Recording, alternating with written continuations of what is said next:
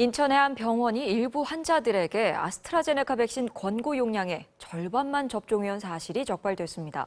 이 병원 측은 적은 용량을 접종하는 게 효과나 안전성에 더 좋을 것 같아서 그랬다고 해명했는데요. 이미 절반 용량의 백신을 맞은 사람들은 어떻게 해야 할까요?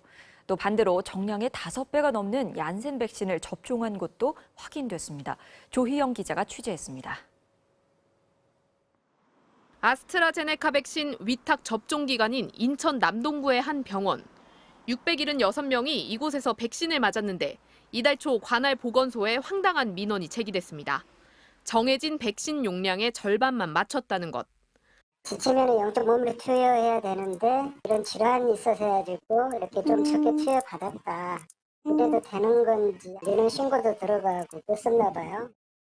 방역당국 조사에서 실제로 이 병원 의사 한 명이 권고 용량의 절반인 0.25에서 0.3ml만 주사했던 것으로 확인됐습니다. 고지혈증 등 만성질환자 40여 명이 1차 접종에서 절반 용량만 맞았습니다. 이 의사는 절반 용량을 맞으면 이상 반응도 적고 더 효과적이라고 환자들에게 설명했습니다. 가디언지라든가 외국 의사에서 저용량으로 처음에는 접종하고 2차에서 풀용량을 맞았을 때 효과가 더 좋다 그런 얘기도 있더라고요. 식약처는 1차 접종량을 줄였을 때 효과가 더 좋았다는 연구 결과도 있었지만 이는 검증되지 않았다며 당초 0.5ml씩 2회 접종하는 방식만을 허가했습니다. 방역당국은 이 병원이 예방접종 지침을 어겼다며 위탁 계약을 해지하고 법적 조치를 검토하고 있습니다. 다만 정해진 용량의 절반 이상을 접종했다면 재접종은 하지 않을 방침입니다. 전북 부안군의 한 위탁기관에선 어제 30대 남성 5명이 정량의 5배가 넘는 얀센 백신을 맞고 병원으로 이송됐습니다. 이 가운데 한 명은 한때 고열 증상을 보이기도 했습니다. 오늘 접종률이 22%를 넘어서는 등 접종이 빨라지면서 사고도 잇따르자 질병청은 반드시 정량을 접종하고 오접종에 주의해달라는 공문을 발송하기로 했습니다. 이와 함께 미국 메릴랜드주 볼티모어 공장에서 제조 과정 중 문제가 생겨 폐기된 얀센 백신은 국내 도입 물량 중엔 없다고 밝혔습니다. MBC 뉴스 조희영입니다. 백신 1차 접종자가 1,000만 명을 돌파하며 접종의 속도가 붙기 시작했는데요. 기업들도 백신 접종자들을 대상으로 마케팅에 나섰습니다. 영화값을 할인해주기도 하고 방문 고객에게 택시비까지 대신 내주는 호텔도 있습니다. 시장 회복에 대한 기대감이 생기는 모습입니다. 이남호 기자가 전합니다. 토요일 오후 서울 시내의 한 영화관. 주말이면 북적이던 매표소가 한산하기만 합니다. 계속된 코로나 불황에 영화관들은 백신 접종을 기회로 고객 유치에 나섰습니다. CGV와 롯데시네마 등 멀티플렉스 3사는 1차 이상 접종자들에게 표값에서 5,000원에서 6,000원을 할인해주는 행사를 시작했습니다. 코로나로 인해서 한동안 극장을 찾지 않으셨던 고객분들이 영화에 대한 관심도 갖고 극장을 다시 찾아. 호텔업계도 백신 접종자들을 대상으로 다양한 혜택을 내세웠습니다. 백신 접종 확인서를 보여주면 식당 요금을 20% 깎아주고 숙박을 하면 조식도 공짜로 제공합니다. 접종 당일 방문하는 이용자들에게는 택시비를 10,000원까지 지원해줍니다. 호텔 이용객들에게 해변 열차 승차권을 공짜로 나눠주는 곳도 있습니다. 침체된 항공업계도 적극적인 백신 마케팅에 나섰습니다. 에어부산은 백신 접종자가 항공기를 이용할 경우 추가 비용을 내야 앉을 수 있는 앞좌석이나 비상구 좌석을 공짜로 제공합니다. 코로나19로 영화관 매출은 73% 넘게 급감했고 문을 닫는 특급 호텔도 줄을 잇고 있는 상황.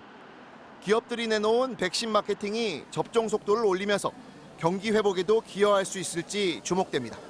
MBC 뉴스 이남호입니다. 코로나19 백신을 거의 독점하다시피 했던 미국은 빠르게 일상으로 돌아가고 있습니다.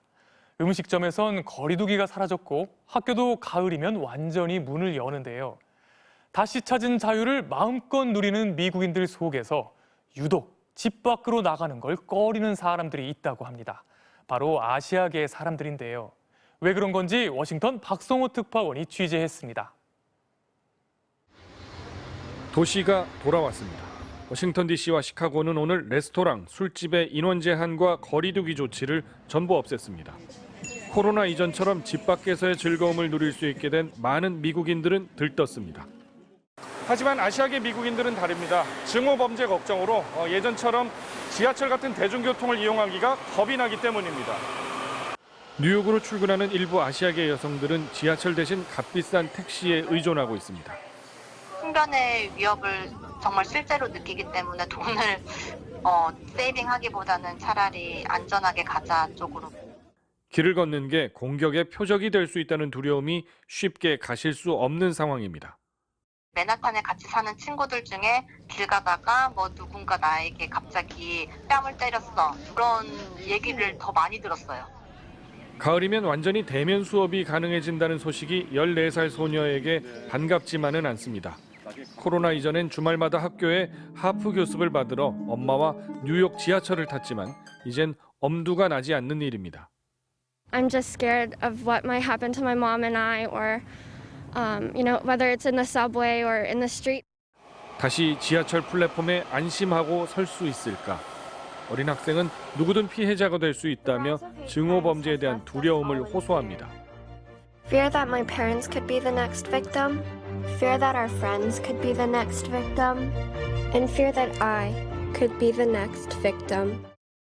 실제로 교육당국의 조사를 보면 중학교 2학년의 대면 수업 등록 비율이 백인은 54%지만 아시아계는 불과 18%로 집 밖에 나오는 걸 꺼리는 것으로 나타났습니다. 뉴욕타임스는 정상적인 삶으로의 복귀가 많은 아시아계에는 해당되지 않는다며 인종적 편견에는 백신도 없다는 아시아계 미국인들의 우려를 전했습니다. 워싱턴에서 MBC 뉴스 박성호입니다.